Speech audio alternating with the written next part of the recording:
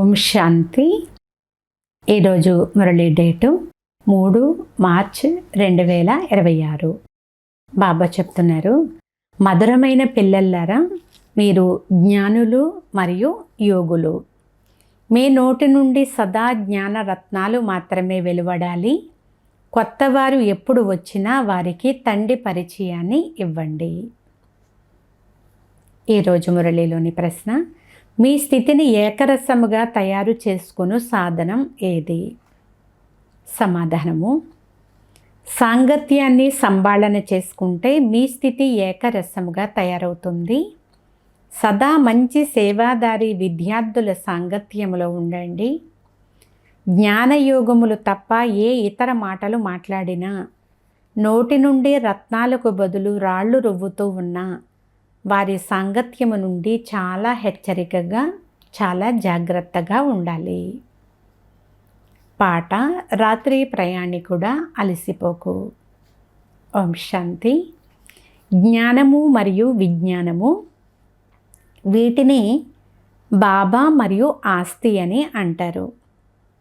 తండ్రి మనకు తండ్రి యొక్క పరిచయాన్ని ఇస్తారు మరియు వారసత్వమును ఇస్తారు. ఢిల్లీలో విజ్ఞాన భవనం ఉంది, కానీ ఎవ్వరికీ దాని అర్థం తెలియదు.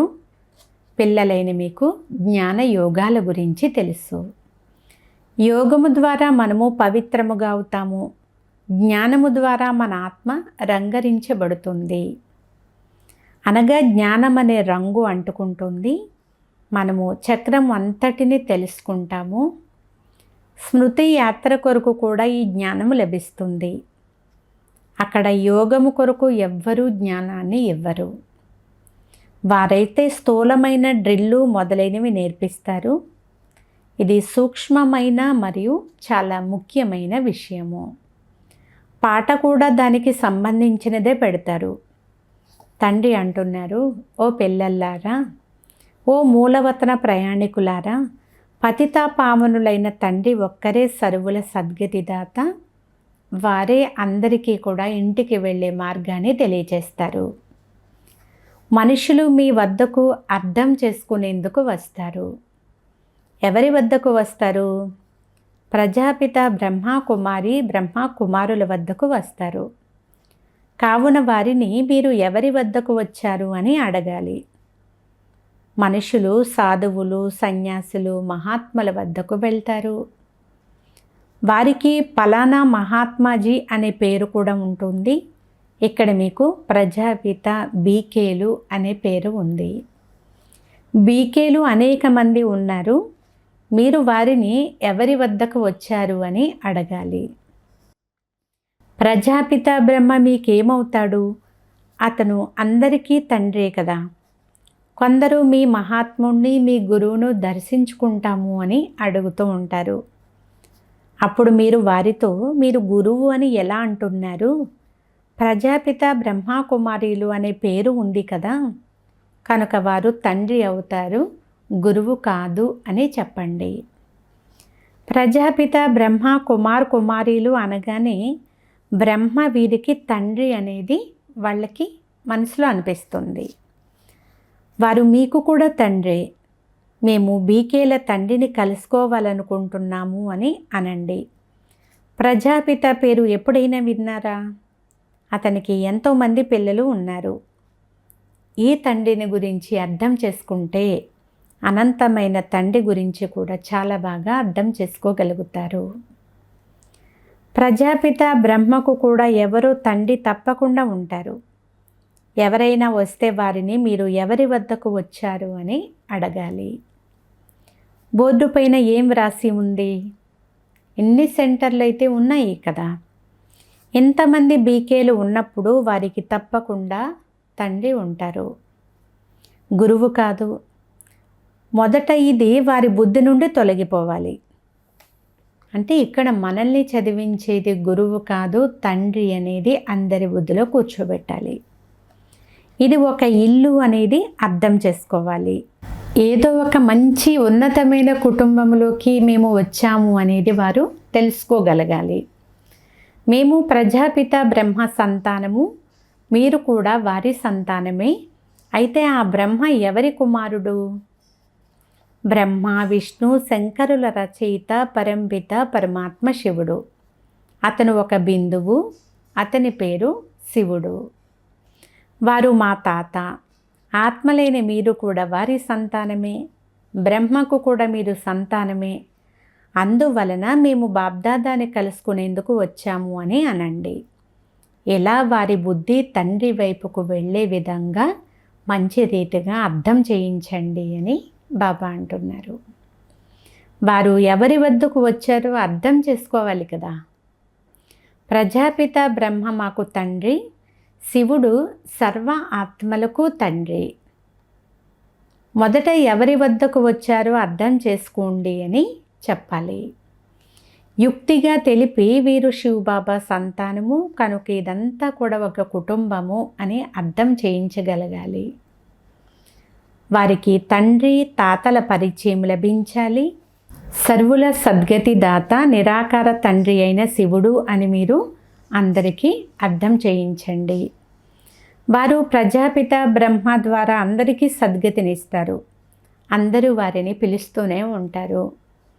ఎంతమంది పిల్లలు తండ్రి నుండి వారసత్వం తీసుకుంటున్నారో మీరు కూడా చూస్తున్నారు కదా అని చెప్పండి. మొదట వారికి తండ్రి పరిచయం లభించాలి. అప్పుడే కదా వారు మేము బాబ్దాదాను కలుసుకోవడానికి వచ్చాము అని భావించగలుగుతారు. మేము వారిని బాబ్దాదా అని అంటామని చెప్పండి. జ్ఞానసాగరులు పతిత పావనులు ఆ శివబాబాయే కదా. భగవంతుడు సర్వుల సద్గతి దాత, నిరాకారులు.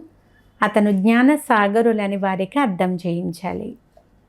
బ్రహ్మ ద్వారా అనంతమైన వారసత్వాన్ని తీసుకుంటున్నాము. కావున బీకేలు శివబాబా సంతానము అని, ఆ శివుడే అందరికీ తండ్రి అని, భగవంతుడు ఒక్కరే అని, వారి ఆది సనాతన దేవీ దేవతా ధర్మాన్ని స్థాపన చేస్తున్నారు అనేది వారు అర్థం చేసుకోవాలి. వారు స్వర్గ రచయిత, సర్వులకు తండ్రి, టీచరు, గురువు కూడా వారే. సృష్టి ఆది మధ్యాంతాల రహస్యాన్ని తెలుపుతారు, అనగా త్రికాలదర్శులుగా తయారు చేస్తారు. అర్థం చేసుకునేందుకు అర్హులైతే వారికి ఈ విషయాలు అర్థం చేయించండి. మొదట మీకు తండ్రులు ఎంతమంది అనేది ప్రశ్న వేయండి. లౌకిక తండ్రి మరియు పారలౌకిక తండ్రి అని అర్థం చేయించండి. తండ్రి ఎప్పుడూ సర్వవ్యాపిగా అవ్వజాలరు. లౌకిక తండ్రి నుండి ఈ వారసత్వం లభిస్తుంది, పారలౌకిక తండ్రి నుండి ఈ వారసత్వం లభిస్తుంది. మరి అతన్ని సర్వవ్యాపి అని ఎలా అంటారు అని అడగండి. ఈ పదాలను వ్రాసుకుని ధారణ చెయ్యండి. ఇది తప్పకుండా అర్థం చేయించాలి. అర్థం చేయించేవారు మీరే కదా. ఇది ఇల్లు, వీరు గురువు కాదు, వీరంతా బీకేలు. నిరాకార శివబాబాయే మాకు వారసత్వమును ఇస్తారు.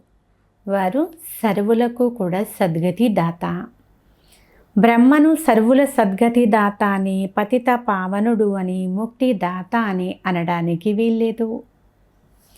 ఈ మహిమంతా శివబాబాదే. ఎవరు వచ్చినా వీరు సర్వులకు బాబ్దాదా అనేది అర్థం చేయించండి. ఆ తండ్రియే స్వర్గ రచయిత.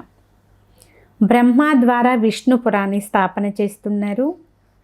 ఈ విధముగా ఎవరికైనా మీరు అర్థం చేయిస్తే మళ్ళీ తండ్రి వద్దకు వచ్చే అవసరమే ఉండదు.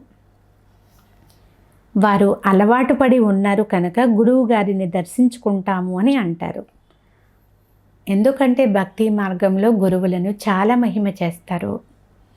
వేదశాస్త్రాలు, యాత్రలు మొదలైనవన్నీ గురువే నేర్పిస్తారు.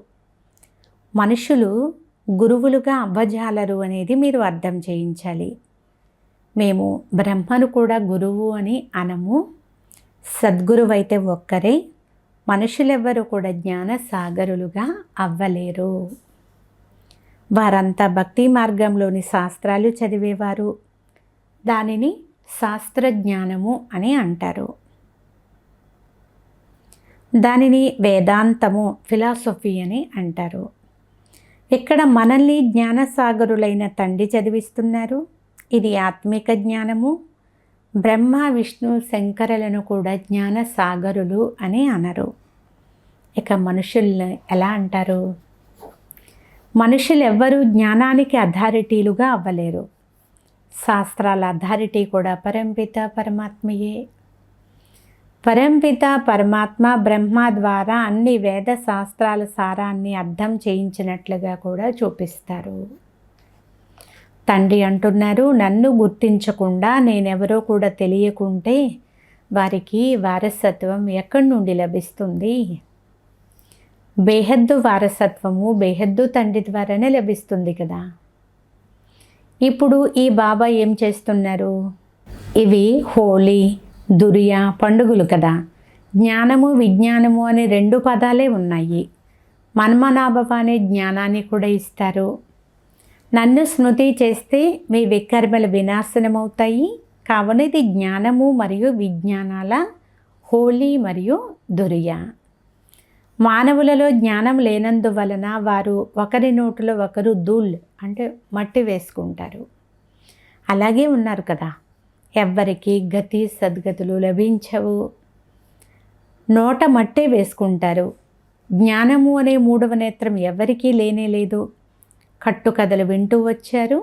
దానిని గుడ్డి నమ్మకము అని అంటారు. ఇప్పుడు ఆత్మలైన మీకు జ్ఞానం అనే 3వ నేత్రం లభించింది. పిల్లలైన మీకు తండ్రి నుండి వారసత్వం ప్రాప్తి చేసుకునేందుకు సలహాను ఇవ్వాలి.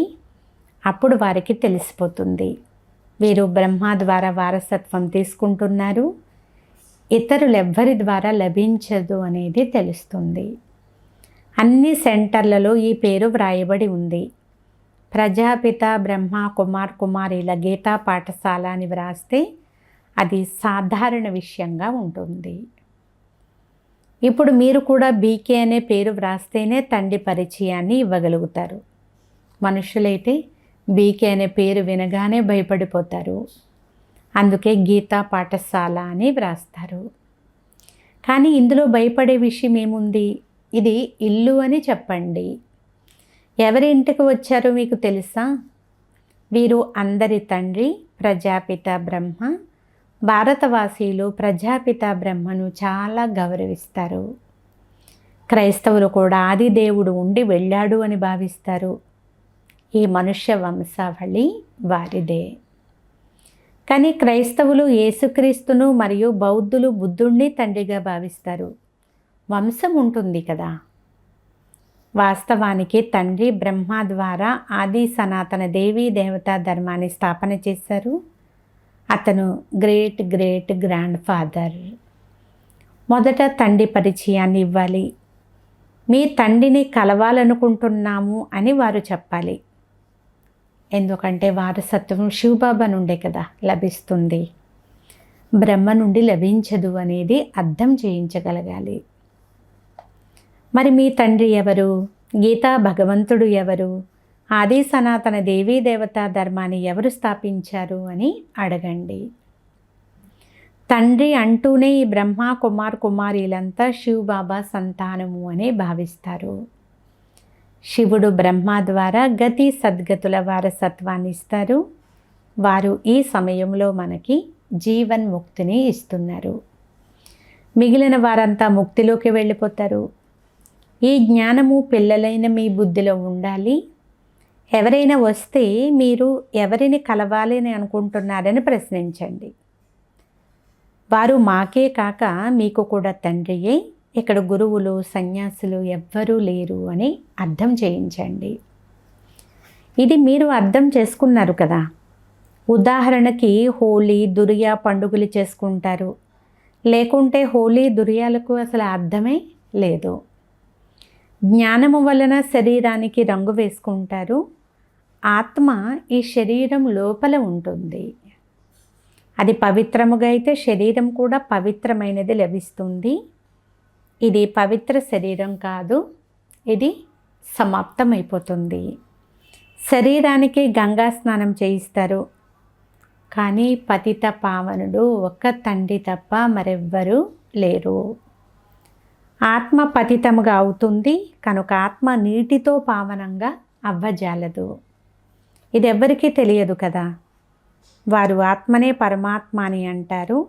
ఆత్మ నిర్లేపము, అంటే పాపపుణ్యాలు అనేవి ఆత్మకు అంటవు అని చెప్తారు. ఇప్పుడు ఎవరైతే తెలివి కలవారిగా ఉంటారో వారు ధారణ చేసి ఇతరులకు ధారణ చేయిస్తారు. ఏ పిల్లల నోటి ద్వారా సదా జ్ఞానరత్నాలే వెలువడతాయో వారిని రూపవసంతులు అని అంటారు. జ్ఞాన విజ్ఞానాలు తప్ప పరస్పరంలో ఏది ఇచ్చి పుచ్చుకున్నా రాళ్లతో కొట్టుకుంటున్నట్లే. వాళ్ళు సర్వీసుకు బదులుగా డిస్సర్వీసు చేసేస్తారు. 63 జన్మలు ఒకరినొకరు రాళ్లతోనే కొట్టుకుంటూ వచ్చారు. ఇప్పుడు తండ్రి అంటున్నారు, మీరు జ్ఞాన విజ్ఞాన మాటలు మాట్లాడండి, మనసును సంతోషపెట్టాలి, వ్యర్థమైన విషయాలు వినరాదు. ఇది జ్ఞానము కదా. మొత్తం ప్రపంచంలో వాళ్ళంతా పరస్పరం రాళ్లతో కొట్టుకుంటున్నారు. పిల్లలైన మీరు రూప బసంతులు, అంటే జ్ఞానులు మరియు యోగులు కూడా. మీరు జ్ఞాన విజ్ఞానాలు తప్ప ఇతర ఏది వినరాదు, వినిపించరాదు. వ్యతిరేకమైన మాటలు మాట్లాడే వారి స్నేహము చాలా చెడ్డది అని బాబా అంటున్నారు. చాలా సర్వీసు చేయువారి సాంగత్యం తేలుస్తుంది. కొంతమంది బ్రాహ్మణులు జ్ఞానీలుగా యోగిలుగా ఉన్నారు. కొంతమంది బ్రాహ్మణులుగా అయి కూడా తప్పుడు మాటలు మాట్లాడుతూ ఉంటారు. ఇటువంటి వారితో స్నేహం చెయ్యకండి అని బాబా అంటున్నారు. ఇది ఇంకా నష్టపరుస్తుంది కదా. బాబా మాటి మాటికి సావధానపరుస్తారు.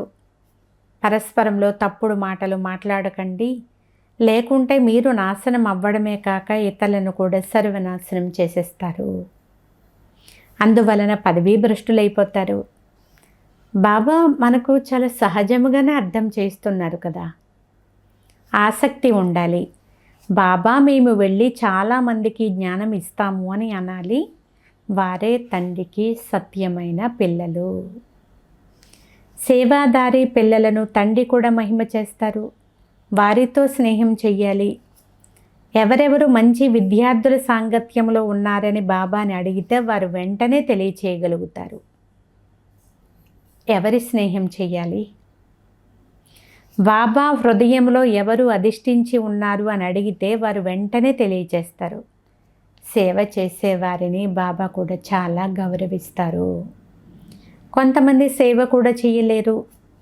చాలామంది చెడు స్నేహం వలన చాలామంది యొక్క స్థితి హెచ్చుతగ్గులైపోతూ ఉంటుంది. కొంతమంది స్థూల సేవలో మంచిగా ఉన్నారు. వారు కూడా మంచి వారసత్వం పొందుతారు. తండ్రిని మరియు వారసత్వాన్ని అర్థం చేసుకోవడం చాలా సులభము. ఎవరికైనా కేవలం తండ్రిని మరియు వారసత్వాన్ని స్మృతి చెయ్యమని చెప్పండి. ఉండేవి 2 అక్షరాలు కదా అంటున్నారు బాబా. ఎవరు వచ్చినా ఇది బాబా గారి ఆజ్ఞ. నన్నొక్కరినే స్మృతి చేస్తే చాలు అని చెప్పండి. ఇదే అన్నిటికంటే చాలా ఎక్కువగా గౌరవాన్ని ఇవ్వడం అవుతుంది. నన్ను స్మృతి చేస్తే మీకు వారసత్వం లభిస్తుంది అని తండ్రి కూడా అంటున్నారు. ప్రతి సెంటర్లో ఈ విధంగా నెంబర్ వారీగా ఉన్నారు. కొంతమంది వివరంగా అర్థం చేయించగలరు. అలా అర్థం చేయించలేకుంటే కేవలం కల్పం క్రితం కూడా తండ్రి నన్నొక్కరినే స్మృతి చెయ్యండి అని తెలియచేశారనే విషయాన్ని చెప్పండి. వ్యర్థ మాటలు, ఫలానా వారు ఇలా అంటున్నారు, ఇది చేస్తున్నారు, ఇవేమీ కూడా చెప్పకండి. ఈ బాబా మీకు హోలీ దుర్యాలను తినిపించారు. రంగులు వేసుకోవడం అనేది అసురీ మనుషుల యొక్క పని. ఎవరైనా ఎవరినైనా గ్లాని చేస్తూ ఉంటే అది వినకూడదు. తండ్రి మనకు ఎన్నో మంచి మంచి విషయాలను వినిపిస్తున్నారు. మన్మనాభవ మధ్యాజీభవ అంటే ఏమో ఎవరు వచ్చిన వారికి అర్థం చేయించండి. అందరికీ తండ్రి అయిన శివబాబా అంటున్నారు, నన్ను స్మృతి చేస్తే స్వర్గ వారసత్వము లభిస్తుంది. గీతా భగవానుడు కూడా వారే. మృత్యు మీకు అతి సమీపంలో నిల్చుని ఉంది. కావున పిల్లలైన మీ పని సేవ చేయడం, తండ్రి స్మృతిని ఇప్పించడం. ఇదే కదా మహామంత్రము. దీని వలన రాజ్య తిలకం లభిస్తుంది. ఇవి చాలా సులభమైన విషయాలు. తండ్రిని స్మృతి చేసి చేయిస్తే నావ ఆవలి తీరానికి చేరుకుంటుంది. అచ్చా, మధురాతి మధురమైన అపురూపమైన పిల్లలకు మాతాపిత బాబ్దాదాల ప్రియ స్మృతులు మరియు గుడ్ మార్నింగ్. ఆత్మిక పిల్లలకు ఆత్మిక తండ్రి నమస్తే. ఆత్మీయ తండ్రికి ఆత్మీయ పిల్లల యొక్క ప్రియ స్మృతులు గుడ్ మార్నింగ్. నమస్తే నమస్తే నమస్తే. ధారణ కొరకు ముఖ్య సారము. ఫస్ట్ పాయింట్, వివేకవంతులుగా అయి అందరికీ కూడా తండ్రి పరిచయాన్ని ఇవ్వాలి. నోటి ద్వారా రాళ్ళు రువ్వి డిస్సర్వీసు చెయ్యకూడదు. జ్ఞానయోగాలు తప్ప ఇతర ఏది కూడా చర్చించకూడదు. సెకండ్ పాయింట్, ఎవరైతే జ్ఞానులుగా యోగులుగా ఉంటారో, సేవాదారులుగా ఉంటారో వారి స్నేహం మాత్రమే చెయ్యాలి. తప్పుడు మాటలు వినిపించే వారి స్నేహం చెయ్యకూడదు. ఈరోజు వరదానము, జ్ఞానము ద్వారా రావణుని బహురూపాలను తెలుసుకొని వాటి ఆకర్షణ నుండి ముక్తముగా ఉండే ధైర్యశాలి భవ.